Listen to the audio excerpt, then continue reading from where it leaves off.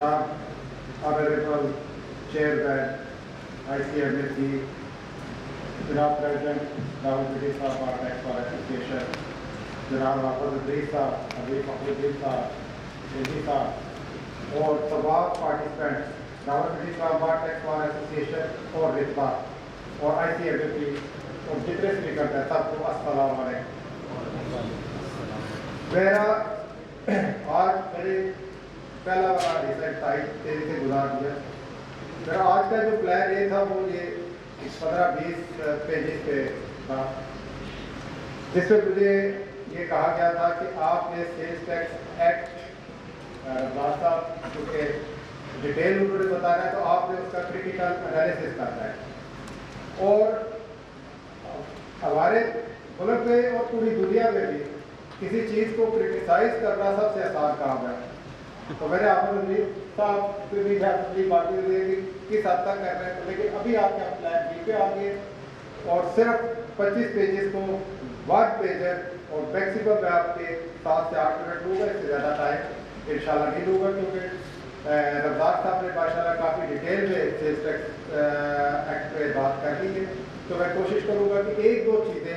جو انتہائی ضروری ہے وہ کر کے آپ سے اجازت لوں اور آپ کی زحمت کو تباہ کروں. آپ لاسٹ پیچھے کچھ مہینوں سے جتنے ٹیکس پریکٹیشنرز ہیں، ایڈوکیٹس ہیں، اکاؤنٹنٹس ہیں، آئی ٹی پیز ہیں، وہ دیکھ رہے ہوں گے کہ ہماری اس وقت کی جو سٹی گورنمنٹ ہے وہ یہ سمجھتی ہے کہ ہر چیز کا جو حل ہے وہ ٹیکس کی کلیکشن میں پڑا ہوا ہے. کسی حد تک ان کی بات ٹھیک ہے، لیکن کسی نے ان کو مس لیڈ کیا کہ ٹریلینز آف روپی جو ہے وہ فلاں جگہ پہ پڑے ہیں، لیکن وہ ڈیٹا ٹھیک نہیں ہے. ان ساری چیزوں کو سامنے رکھتے ہوئے اس سال جو فائنانس بل میں فائنانس ایکٹ جو بنا اس میں جو ترامیم کی گئی اس پہ جو چیزیں نظر آ رہی ہیں وہ اسی طرح یہ کہ جیسے بارش ہونے سے پہلے آپ کو ماحول نظر آ جاتا ہے کہ آگے کیا ہونے لگا ہے. حافظ ادریس صاحب اس چیز کو سیکنڈ کریں گے. پچھلے 2 مہینوں میں آپ نے بھگتا آنریبل ہائی کورٹس میں کہ اپورچونٹی آف ہیئرنگ جس کیسز میں ڈیمانڈ زیادہ ہے اس میں کس طریقے سے دی گئی. کسی کو 1 گھنٹہ سن کے رزلٹ ہوئی، کسی کو 2 منٹ سن کے رزلٹ ہوئی جو بڑے کیسز تھے. تو اس میں میری آنریبل پریزیڈنٹ صاحب سے اور بالخصوص حافظ محمد ادریس صاحب سے گزارش ہے کہ ایک چھوٹا سا ڈیلیگیشن بنا کے ابھی چیف جسٹس صاحب نے ہوت لی ہے ان سے جا کے ملے اسلام آباد ہائی کورٹ کے اور باقی ججز سے بھی ملے کہ سن کے حساب سے اس طرح جو پچھلے 2 مہینوں میں ہم نے دیکھا ہے اس طرح کی اسٹارٹنگ نہ کریں. As an advocate supreme court یہ میں ریکویسٹ کرتا ہوں آنریبل اپنے چیف جسٹس اسلام آباد ہائی کورٹ سے بھی کہ اگر ان کے پاس کوئی بڑی اماؤنٹ کا کیس لگتا ہے تو کائنڈلی اس کی پراپر اپورچونٹی دیں اور اس کو کریں. اب آ جاتے ہیں اپنے ٹاپک کی طرف جو میں نے بات کی کہ بارش ہونے سے پہلے ماحول نظر آتا ہے. ایک امینڈمنٹ ایک انسرشن کی بات کروں گا ابیٹر. اس پہ جو ڈیفینیشن ابیٹر کی ڈالی گئی ہے اس میں آپ سب لوگوں کو یہ میرے سے زیادہ پتا ہوگا کہ ابیٹمنٹ کیا ہوتا ہے. میں وہ پروویژن آف لا نہیں پڑھوں گا، وہ انگریزی نہیں پڑھوں گا، صرف آپ کو اتنا بتا دوں گا کہ ذوالفقار علی بھٹو کو بھی سیکشن 109 میں امینڈمنٹ میں ہی پھانسی ہوئی. پچھلے 2-3 سال پہلے ہمارے ایک انتہائی سینئر ممبر، اس وقت یہ امینڈمنٹ والی بات نہیں تھی،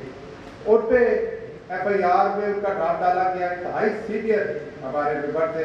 INI نے جو ایف آئی آر دی میں اس سے کونسل تھا ان کی طرف سے، ہم نے کیس لڑا. اب ان کے ہاتھ میں انتہائی معذرت کے ساتھ ان کے ہاتھ میں واچس دے دی گئی ہے. وہ لوگ جو ریٹرنز بھرتے ہیں سیلز ٹیکس کی، جو انکم ٹیکس کی ریٹرن بھرتے ہیں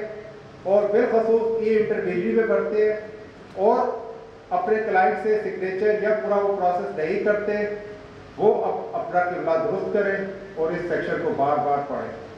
اس کے ساتھ جو ٹیکس فراڈ کے ساتھ جو مین پینلٹیز میں اگر آپ جائیں گے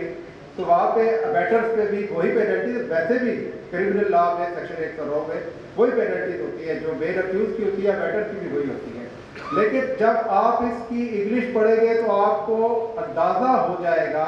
کہ آپ کو کتنی جلدی ابیٹر بنایا جا سکتا ہے. جو پریکٹیشنر خواہ وہ اکاؤنٹنٹ ہو, خواہ وہ ایڈوکیٹ ہو یا کوئی بھی ہو, جو کسی کا بردور نظر نہیں ہوگا یہ اس کے لیے بہت بڑی تھریٹ ہے. تو میرا جہاں تک خیال ہے کہ جیسے ابھی رمضان صاحب نے کہا کہ اس کرمنالوجی میں جو نئے سیکشن انسرٹ ہوئے, نئے تو نہیں انسرٹ ہوئے, اس کو سبسٹیٹیوٹ کیا گیا. تو اسلام آباد لاہور چیمبر جو اس میں کافی شور مچایا اور بعد میں ایکٹ میں کچھ اور تھا, لیکن ابھی بھی ان سیکشن کو آپ پڑھیں تو اس میں جو ڈسکریشنری پاورز دی گئی ہیں I R O assessing officer کو not less than the rank of assistant commissioner وغیرہ وغیرہ وغیرہ, جو ڈسکریشنری پاور دی گئی ہے, اگر وہ ڈسکریشنری پاور استعمال ہوتی رہی تو آنے والا جو وقت ہے, جو گورنمنٹ سٹی گورنمنٹ سوچ رہی ہے کہ ساری چیز ہمیں ٹیکس سے ہی مل جاتی ہے اور پاکستان کو ہم دبئی بنا لیں گے اگر آپ اپنا ٹیکس کا نظام ٹھیک کر لیں گے, 100% وہ ٹھیک کہتے ہیں, اس میں 1% نہیں ہے, لیکن اس میں ہم اسٹیک ہولڈرز کو ساتھ لیں اور ان چیزوں پہ وہ عمل کریں. آخری بات جو میں ریکویسٹ کروں گا حافظ محمد ادریس صاحب سے, کہ جب میں پریزیڈنٹ تھا تو حافظ ادریس صاحب نے ایک انیشیٹو لیا, اس میں آپ نے چیف جسٹس اسلام آباد ہائی کورٹ کو بلایا اور ہراسمنٹ آف ٹیکسیشن پہ ایک آپ نے پروگرام کیا راولپنڈی پی سی میں, اور وہ بڑا فروٹفل رہا. اس کی جو ویڈیو ہے وہ تمام ٹیکس آفیسر تک گئی اور اس پہ ٹاپک یہی تھا کہ ایڈوانس ٹیکس کی پروویژن کو کس طرح مس یوز کرنا ہے. اسی طرح حافظ صاحب کی سرپرستی میں آپ نے پی سی میں ایک پروگرام کیا جس میں 7 sitting high court Pindi bench کے, Lahore high court Pindi bench کے ججز کو بلایا اور ان کو بتایا کہ ڈسکریشنری پاور کیسے استعمال ہوتی ہے, کیسے استعمال ہو سکتی ہے. تو اس میں آنریبل جو 7 ججز Lahore high court Pindi bench کے, حافظ صاحب کی سرپرائز میں میں ایٹ دیٹ ٹائم پریزیڈنٹ, تو انہوں نے کہا کہ آپ ہمارے پاس کورٹس میں لے کے آئیں, یہ جو ڈسکریشنری پاورز ہیں لے کے آئیے, ہماری بھی کوتاہی ہے جو ایڈوکیٹس بیٹھے ہیں جو ہائی کورٹ اور سپریم کورٹ میں پریکٹس کرتے ہیں, تو ہمیں بھی یہ ڈسکریشنری پاورز ہائی لائٹ کرنی چاہیے. تو اتنی بات کے ساتھ آپ کی زحمت تمام کرتا ہوں. بات بہت لمبی تھی, بہت شارٹ تھی, کیونکہ مجھے اندازہ ہے کہ میرے بعد میرے استاد محترم جناب حافظ محمد ادریس صاحب نے آنا ہے, اور عباس نے بالکل ٹھیک کہا کہ میں کتاب کی بات کرتا تھا, لیکن اسے نہیں پتا کہ رات کو 11 بجے کے بعد حافظ صاحب کو کبھی کبھی فون بھی کرتا تھا. تھینک یو ویری مچ, بہت بہت